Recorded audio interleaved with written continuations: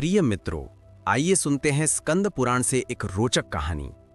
क्या आपने कभी सोचा है कि समुद्र की अथाह गहराइयों में केवल पानी ही नहीं बल्कि रहस्यमय शक्तियां और प्राचीन कथाएं भी छिपी हैं। आज हम सुनेंगे स्कंद पुराण के प्रभास खंड की अद्भुत कथा, जहां सागर स्वयं प्रकट होकर दानवों का वर्णन करता है और तीर्थ यात्रा का महत्व बताता है। ये केवल कथा नहीं बल्कि धर्म और आस्था की गूढ़ शिक्षा है।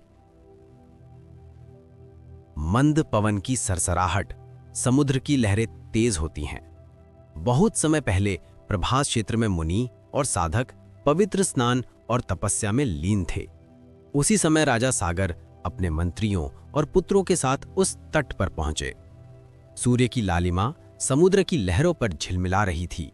शंख जैसी सफेद रेत पर ऋषि बैठे थे। उनकी जटाओं में गंगा जल की बूंदें चमक रही थीं।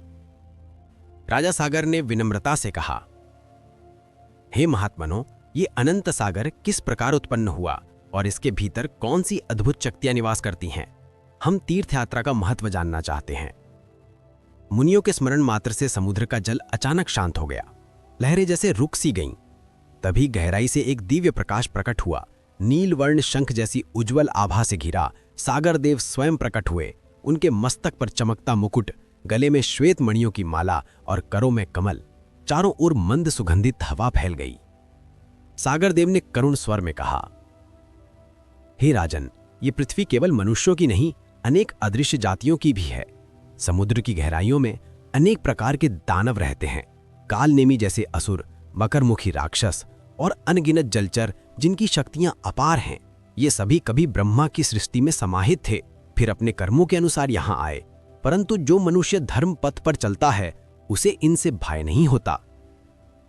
राजा सागर ने जिज्ञासु भाव से पूछा, हे सागर देव, मनुष्य को इन अदृश्य शक्तियों से कैसे रक्षा मिलती है?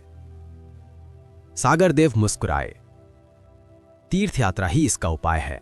प्रभास जैसे पवित्र तीर्थ में स्नान, सत्य आचरण और दान से पाप नष्ट होते हैं। यहां स्नान करने से मनुष्य के जन्म जन्मांतर के बंधन कटते हैं। ये स्थान स्वयं शिव और विष्णु का प्रिय है। जो यहां श्रद्धा से आता है उसके हृदय में भय नहीं रहता, केवल शांति और पुण्य का संचार होता है। समुद्र की लहरें फिर से मधुर स्वर में गूंजने लगीं। सूर्य अस्ताचल की ओर ढलने लगा। ऋषियों ने राजा सागर को तीर्थ स्नान का विधि विधान बताया। राजा सागर ने गहन श्रद्धा से स्नान किया और देवों को प्रणाम कर अपने राज्य लौटे। उनके हृदय में अद्भुत शांति और ज्ञान का प्रकाश भर गया।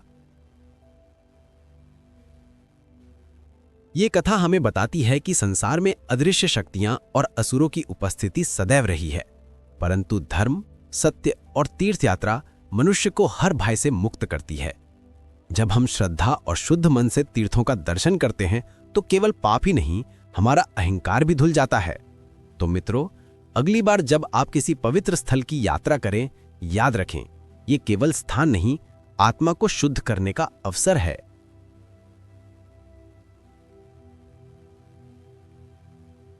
स्कंद पुराण की ये कथा हमें यही सिखाती है कि आस्था और धर्म ही मनुष्य को अमर शांति की ओर ले जाते हैं।